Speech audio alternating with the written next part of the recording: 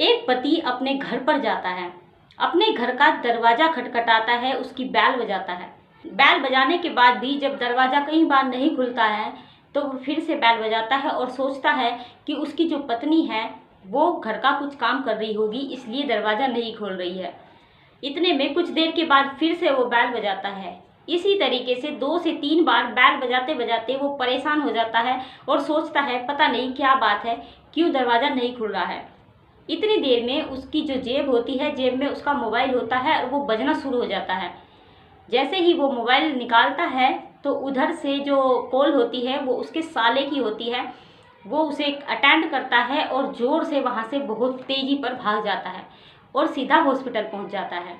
ऐसा क्या हुआ था उसके साथ कि उसे सीधे हॉस्पिटल जाना पड़ा, जानेंगे पूरी कहानी। लेकिन उससे पहले आप हमारे इस चैनल को सब्सक्राइब करिएगा और वीडियो को लाइक करके जरूर जाइएगा। तो दोस्तों, मैं हूं एनी गौतम। आज की कहानी है एक पति और पत्नी की, जिसमें एक पति जो होता है उसकी छोटी सी लापरवाही से वो इतनी बड़ी चीज़ खो देता है कि पूरी ज़िंदगी उसे ऐसे बितानी पड़ती है कि वो अपने आप को पूरी ज़िंदगी के लिए माफ़ नहीं करता है। तो चलिए देर ना करते हुए शुरू करते हैं आज की अपनी कहानी को।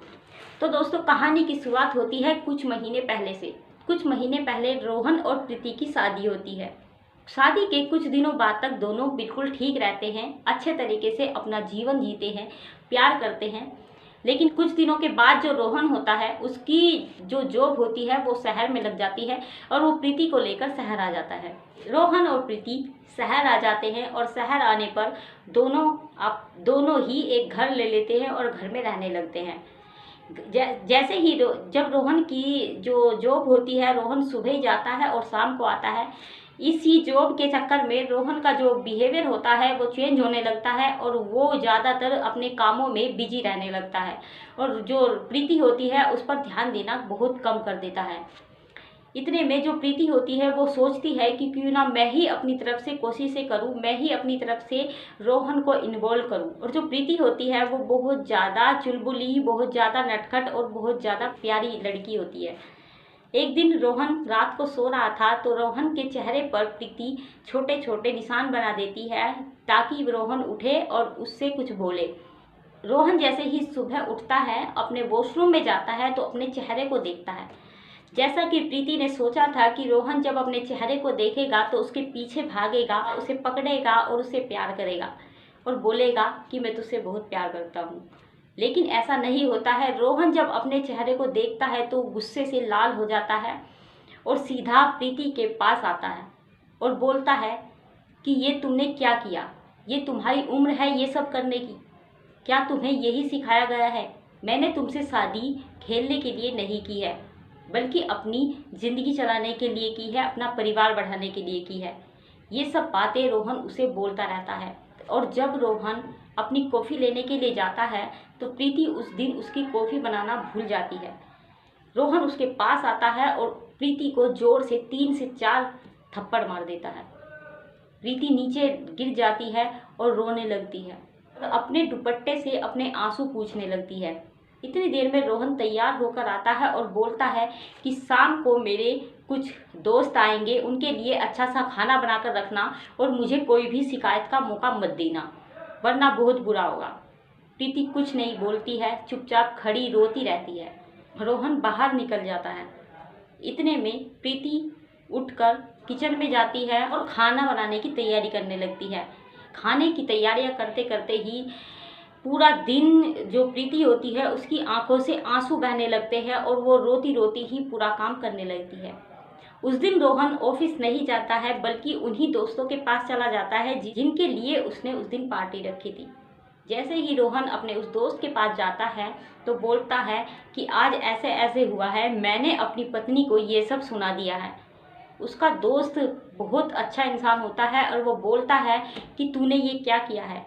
जो हमारी पत्नियां होती है वो हमारे लिए घर पर आती है, हमारी देखभाल करती है, पूरा दिन हमारा काम करती है और जो तुम उसे खाना बनाने के लिए बोल के आए हो ये काम उनका डेली का होता है। डेली वो हमारी ऐसे ही खातिरदारी करती है और इसके बदले में अगर वो तुमसे थोड़ा सा प्यार मांगती है तो क्या बुरा करती है। उसका दोस्त ये भी बोलता है कि अगर तुम्हारी पत्नी तुमसे थोड़ा सा प्यार चाहती है तो क्या तुम्हारा हक नहीं बनता उसे प्यार करने का? बहुत सी चीज़ें रोहन का दोस्त उसे समझाता है। रोहन को अपनी गलतियों का भी एहसास होता है और वो सोचता है कि मैं अब प्रीति से माफ़ी मांगूंगा और उसे बताऊंगा कि मैं उसे बहुत प्यार करता हूँ।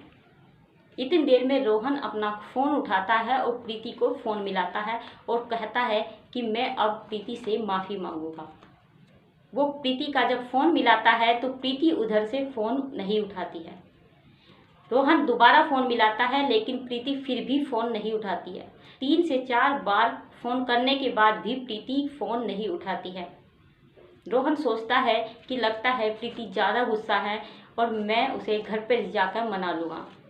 अब रोहन वहाँ से अपनी बाइक उठाता है और सीधा अपने घर जाता है। जब रोहन घर पे जाता है तो घर की बैल बजाता है, लेकिन बैल बजने के बावजूद भी कोई दरवाज़ा नहीं खोलता है।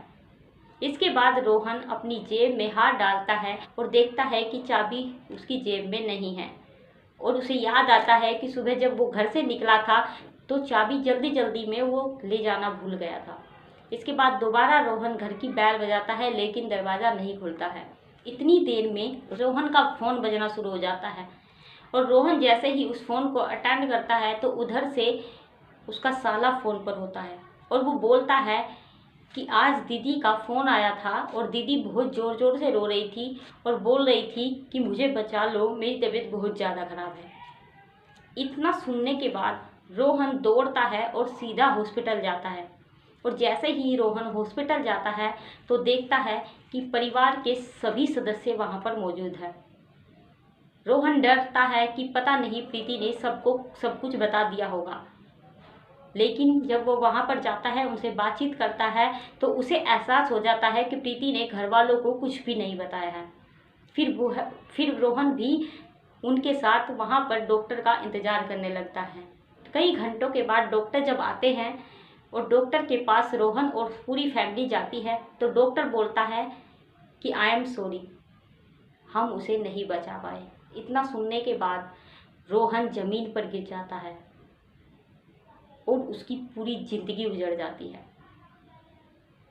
रोहन देखता है, रोहन को वो सारी बातें याद आने लगती है जो उसने प्रीति के साथ किया था। रोहन को वो सारी बातें रिकॉल होनी शुरू हो जाती है जो उसने अपनी ज़बान से प्रीति के लिए बोली थी। इतना होने के बाद रोहन अपने घर पर आता है और घर का दरवाज़ा खोलता है। जैसे ही रोहन घर में एंट्री लेता है तो रोहन देखता है कि उसका जो डाइनिंग टेबल है उस पर एक चादर पड़ी हुई है। चादर जैसे ही रोहन उठाता है तो देखता है कि जो पूरा खाना है वो ऐसे सजाया हुआ है कि मानो किसी 5 स्टार होटल का खाना हो। एक एक चीज़ ऐसे रखी हुई थी कि मानो पता नहीं किसके लिए रखी गई हो। तभी रोहन की नज़र फ्रिज पर लटके एक लेटर पर पड़ती है और रोहन उस लेटर को पढ़ता है। लेटर में लिखा होता है कि मैं आपसे बहुत प्यार करती हूँ, मुझे पता है मैंने गलती की है, सुबह जो भी हुआ उसमें मेरी गलती थी, आपकी इसमें कोई गलती नहीं थी और मैंने पूरी कोशिश की है कि खाना अच्छा बने। उम्मीद है आपको खाना अच्छा लगेगा और आपके दोस्तों को भी अच्छा लगेगा। जब रोहन उस लेटर को पढ़ता है तो उसकी आंखों से आंसू निकलने शुरू हो जाते हैं और वो अपने सर को दरवाजे पर पटकना शुरू कर देता है। इस कहानी से हमें यही सीख मिलती है कि जो हमारे रिश्ते होते हैं, पति पत्नी का हो या दोस्त का हो, किसी का भी हो, हमें उसकी वैल्यू समझनी चाहिए। हमें किसी को ये नहीं सोचना चाहिए या ये एहसास नहीं दिलाना चाहिए कि हम उससे ऊपर हैं और ये हमारे से नीचे हैं। तो दोस्तों, अगर कहानी अच्छी लगी हो तो वीडियो को लाइक ज़रूर करिएगा और चैनल को सब्सक्राइब ज़रूर करिएगा ताकि आगे भी मैं आपके लिए ऐसी ही कहानियाँ लेकर आती रहूँ।